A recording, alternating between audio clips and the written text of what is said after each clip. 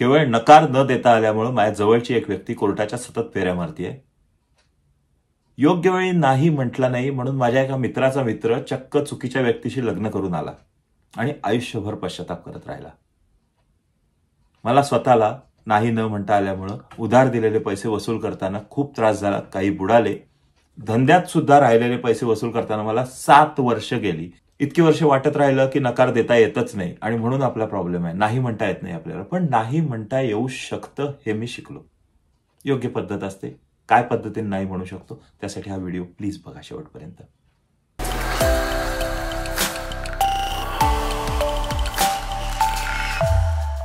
एक गोष्ट लक्षात घ्यायला पाहिजे की नकार न देता येणारे तुम्ही एकटेच नाहीये. जगात असं असंख्य व्यक्ती आहेत. मला वाटतं जगातली प्रत्येक व्यक्ती अशी असते जी कधी ना कधीतरी या प्रोसेसमधनं गेलेली असते. कधी ना कधीतरी त्यांनी नकार न देण्याचे दुष्परिणाम भोगलेले असतात. आपणही भोगत असतो. आपण रोज भोगत असतो. मी जसं माझं उदाहरण दिलं, माझ्या जवळच्या व्यक्तींचं उदाहरण दिलं. आपण सगळेजण नकार न देता येणं या रोगाची शिकार झालेलो असतो.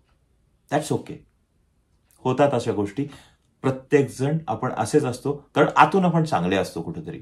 मग नकार देण्यासाठी वाईट असायचं का? नाही. वाईट असायची काहीही गरज नाही. वाईट बनायची काहीही गरज नाही. तुम्ही जसे आहात तसे मस्त आहात, चांगले आहात आणि चांगल्या व्यक्तींच्या बाबतीत चांगलं होतं हा विश्वास ठेवा. फक्त ही गोष्ट लक्षात घ्या की नकार कसा द्यायचा, नाही कसं म्हणायचं. नाही म्हटलं, योग्य पद्धतीने नाही म्हटलं तर गोष्टी आपल्याला जशा पाय तशा होतात. आता हे लक्षात घ्यायला हवं की नकार आपण देऊ शकत नाही. आपण एखाद्याला नाही म्हणू शकत नाही. एखाद्या वस्तूला असेल, व्यक्तीला असेल, खूप वेळा असं होतं की आपण एखाद्या वस्तूला नाही म्हणत नाही. एखाद्या गोष्ट घडत असते त्या गोष्टीला, घडणाऱ्या गोष्टीला नाही म्हणत नाही. फक्त व्यक्तीलाच नाही म्हणत नाही असं नाही. अनेक गोष्टींना आपण नाही म्हणत नाही आणि नकार देत नाही आणि त्याच्यामुळं आपण आपल्यावरच संकट ओढवून घेतो. अडचणीच्या वेळ आपल्यावर ओढवून घेतो. म्हणजे अक्षरशः माझ्या बाबतीत असं झालेलं आहे की अकाउंटमध्ये शेवटचे काहीशे शिल्लक आहेत. येणारे पैसे लाखो रुपये आहेत. फॉलोअप करतोय पण त्या फॉलोअप करण्यालाही मर्यादा आहेत. खूप असं गोड बोलून फॉलोअप करतोय मी.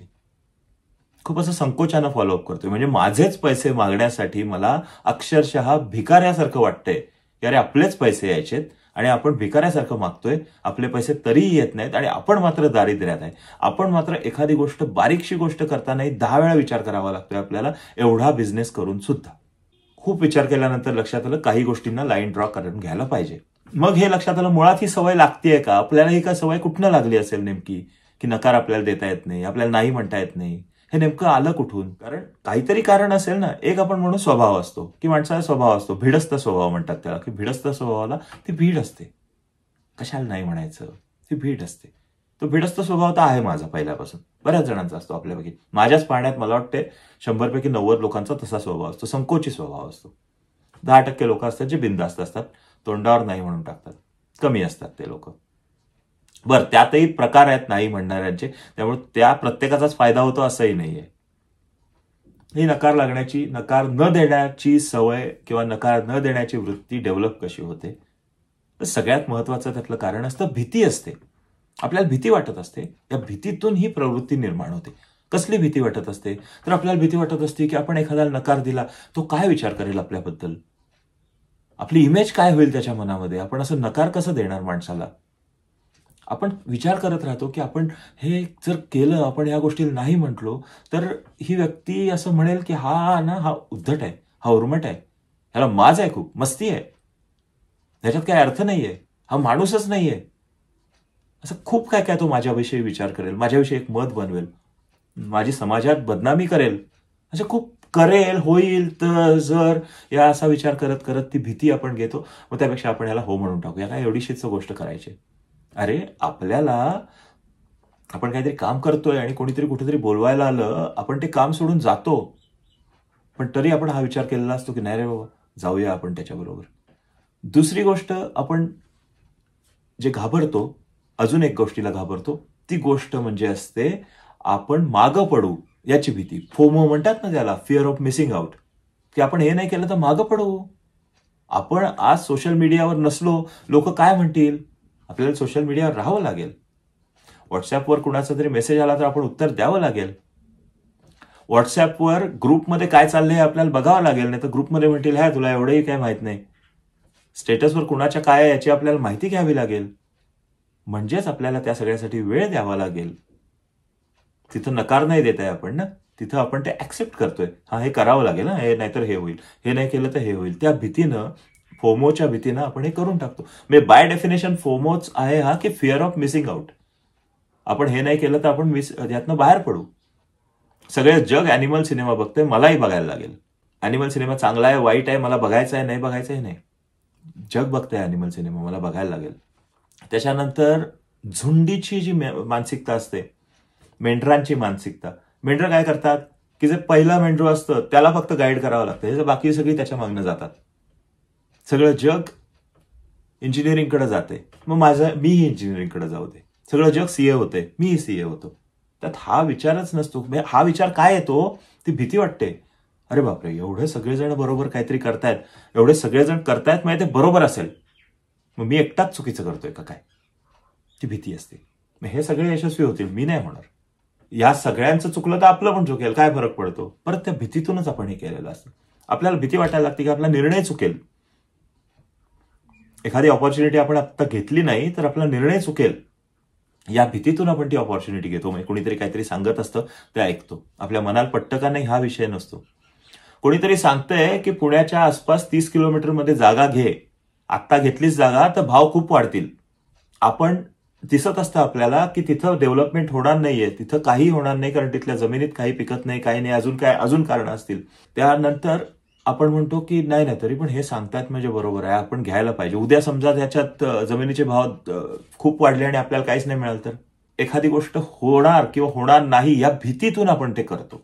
या भीतीतून ती नकार द्यायची सवय आपली कमी होत जाते. म्हणजे प्रत्येक गोष्टीला होकार द्यायला चालू करतो आपण. या सगळ्यातून आपली होकार द्यायची सवय डेव्हलप झाली. नकार न देणं आपल्याला जमत नाहीये, नाही कसं म्हणायचं आपल्याला कळत नाहीये, मग यातनं बाहेर कसं यायचं हे कळत नाहीये. सगळ्यात आधी महत्वाचं, मला वाटतं सगळ्यात महत्वाची गोष्ट आहे प्रायोरिटी. आपल्याला एखादी गोष्ट एखाद्यानं विचारलं करूया का, तर त्यावेळेस आपली प्रायोरिटी ठरवायला लागेल. हे काम खरंच महत्वाचं आहे का. एक सिच्युएशन आहे, आपण बसलो एक काम करत, काहीतरी काम खूप महत्वाचं आहे, आपल्याला उद्या प्रेझेंटेशन करायचंय, त्याची ही तयारी करत बसलो. एक मित्र येतो, आपल्याला म्हणतो, त्याचा फोन येतो, चल ना पिक्चरला जाऊ. आपण काय म्हणतो, ठीक आहे बघतो, डायरेक्ट नाही म्हणत त्याला. Same situation, let's say presentation आहे, उद्याच प्रेझेंटेशन आहे, आपल्याला कुणाचा तरी फोन येतो, अरे वडिलांच्या जरा छातीत दुखल्यासारखं वाटतंय, गाडी घेऊन येशील का. दोन सिच्युएशन्स आहेत. दोन सिच्युएशनमध्ये आपण कसं रिॲक्ट व्हायला पाहिजे. पहिल्या सिच्युएशनला आपण त्याला सांगायला हवं की नाही मित्रा, आता हे प्रेझेंटेशन करतोय, हे उद्याचं माझं प्रेझेंटेशन आहे, पिक्चरला उद्या जाऊ. पण वडिलांच्या छातीत दुखतंय, जीवन मरणाचा प्रश्न आहे, गाडी काढून सरळ हॉस्पिटलमध्ये दाखल करणं हे माझं प्रथम कर्तव्य आहे. प्रेझेंटेशन मी नंतर करीन, रात्रभर जागून करीन किंवा लॅपटॉप घेऊन जाऊन हॉस्पिटलमध्ये करीन. दोन सिच्युएशन्स वेगवेगळ्या आहेत. दोन सिच्युएशनला एक इन्व्हिटेशन आहे. प्रायोरिटी ठरवणं, महत्वाचं काम कुठलं आहे. बऱ्याचदा बिनमहत्वाच्या कामाला आपण हो म्हणतो, जाऊ दे ना, करून टाकूया, काय फरक पडतो, जाऊन येऊ पिक्चरला, मग करू प्रेझेंटेशन. वेळ कुणाचा गेला, आपला गेला. नुकसान कुणाचं झालं, आपलं झालं. आपलं प्रेझेंटेशन वेळच झालं नाही. याच्याबरोबर अजून एका गोष्टीची खबरदारी घ्यायला हवी की हे जी गोष्ट आपण करतोय ही खरंच बाबा फायद्याची आहे का. म्हणजे जो माणूस ती करणार आहे त्याच्याही तरी फायद्याची आहे का. कारण असंही असतं ना कधी कधी की आपल्यालाच ती फायद्याची, पण त्या गोष्टीला हो म्हणताना त्या माणसाच्या किंवा त्या पर्टिक्युलर कुणाचंही असेल त्याच्या फायद्याची तर असते, मग ठीक आहे, मग करायला हरकत नाही. उगाच बिनमहत्वाच्या गोष्टीमध्ये आपण जी प्रायोरिटी आपली याच्यासाठीच ठरवायची की बिनमहत्वाच्या गोष्टींना तेवढं महत्व द्यायचं नाही. प्राधान्यक्रमानुसार जी गोष्ट महत्वाची आहे ती आधी करायला पाहिजे. मग त्या गोष्टी करण्याच्या मध्ये जर कोणी येत असेल तर त्याला सॉरी नंतर करूया, एवढं तर आपल्याला म्हणता यायला पाहिजे. ते कसं म्हणायचं ते पण मी सांगतो तुम्हाला. याच्यासाठी असते स्वयंशिस्तीची गरज. स्वयंशिस्त, सेल्फ डिसिप्लिन. काय होतं ना, आपण अशा गोष्टींना हो म्हणत असतो की ज्या गोष्टींना आपल्याला सुद्धा कुठेतरी वाटत असतं की हो म्हणावं. समजा बागकाम करतोय मी, फार काय मजा येत नाही, पण ते तण खूप वाढले, ते कापायला तर लागतील, खत घालावं लागेल. तेवढ्यात कोणीतरी म्हणतं चल ना यार पार्टीला जाऊ, बोलव, आज आहे पार्टी आणि मी एकटा जायचा कंटाळा आलाय, तुला पण सांगितले चल. आपण म्हणतो हे वैतागवणं काम करत बसण्यापेक्षा तिकडं मजा करूया. हे काय कधीही होईल, कधीही होत नाही. ते त्याच वेळी होणार असतं, म्हणूनच ते तुम्ही करत असता, कारण ते मागचे 6 महिने झालेलं नसतं आणि पुढचे 6 महिने काय वर्षही होणार नाही कदाचित. पण आपलं मन आहे ना, आपलं सोप्या गोष्टींकडे जास्त जातं ना. आपण पार्टीला जाऊ, मस्त पार्टीमध्ये एन्जॉय करू, जातो आपण तिकडं. तिथं स्वयंशिस्तीची गरज असते. समजा मी मागे पण एकदा सांगितलं होतं की आपल्याला पहाटे उठून जिमला जायचंय, आपल्याला आपलं बॉडी ट्रान्सफॉर्मेशन करायचंय, मग रात्री कोणीतरी पार्टीला बोलवायला आलं तर आपण हा नाही विचार करू शकत जाऊ दे ना, सकाळी उठायचंय, सकाळचं सकाळी बघू. तिथं स्वयंशिस्तीची गरज असते की मला उठायचंच आहे, त्यामुळे मी रात्री येऊ शकत नाही, त्यामुळे मला सकाळी जावंच लागेल, आत्ता नाही जायचंय. ही सेल्फ डिसिप्लिन स्वतःला लावून घ्यायची गरज असते. ती सेल्फ डिसिप्लिन लावली तर नकार द्यायची जी सवय आपली लागलेली आहे, नकार न द्यायची, ती थोड्याफार प्रमाणात त्याला आळा बसू शकतो. आता काही वेळा असंही होतं की एखादी गोष्ट आपण करत असतो, आपल्याला वाटत असतं ती गोष्ट आपण नाही करणार. म्हणजे फॉर एक्झाम्पल, मध्ये मी गेलो होतो एका कुणाकडे तरी, आणि तिथं मला फोन आला दुसऱ्या एका मित्राचा की अरे भारत पाकिस्तान नाही, सॉरी पुण्यामध्ये जेव्हा वर्ल्ड कपच्या मॅचेस होत्या त्यातल्या शेवटच्या 2 मॅचेस दुसऱ्या कुठल्या तरी टीमच्या होत्या, आय गेस अफगाणिस्तान वगैरे कोणीतरी, तर त्याची तिकीट्स अवेलेबल होती. आता एकदा टेम्पटेशन झालं होतं मला की आता मी अर्ध्या वाटेत होतो ऑलमोस्ट, मी स्टेडियम पासून जवळ होतो खूप. एकदा टेम्पटेशन झालं हे काम सोडून जावं तिकडं, परत कधी बघायला मिळणार आहे, परत कधी बघायला मिळणार आहे, ही त्यातली जी संधी आहे परत कधी बघायला मिळणार आहे, किंवा मी एकटा जाऊन थोडी बघणार आहे, आता हा बोलवतोय तर जाईन ना, मी हे काम सोडून देतो. तर त्याच्यामुळे एक आपण होकार देत असतो. तर कारण त्याला मी कारण सांगितलं, अरे माझा मुलगा पण बरोबर नाहीये, ऍक्च्युली त्याला दाखवण्यात मजा आहे, मी तर ठीक आहे. त्याचा परत फोन आला, अरे त्याच्यासाठी पण तिकीट अरेंज होत आहे, तू चल. आता ऍक्च्युली तो माझा मुलगा खूप लांब होता आणि ते शक्यही नव्हतं प्रॅक्टिकली, पण तरी ते टेम्पटेशन झालं होतं मला जायचं, त्याला कॅबनं बोलवून घेऊ, काहीतरी करू आणि जाऊ. पण ते काम सुटलं असतं माझं, जे काम मी करायला गेलो होतो, तर ते मी सोडू शकत नव्हतो, कारण ते काम एक कमिटमेंट होती. मग या प्रलोभनासाठी मी जर ते काम सोडलं असतं चाललं नसतं. पण ऍट द सेम टाइम मला हे झालं होतं की परत कधी जायला मिळणार आहे, इतकं सहज कधी मिळणार आहे. तर इतकं सहज कधी मिळणार आहे किंवा ही संधी परत येणार नाही या भीतीपोटी आपण करून टाकतो, होकार म्हणून टाकतो, एखाद्याला हो म्हणून टाकतो.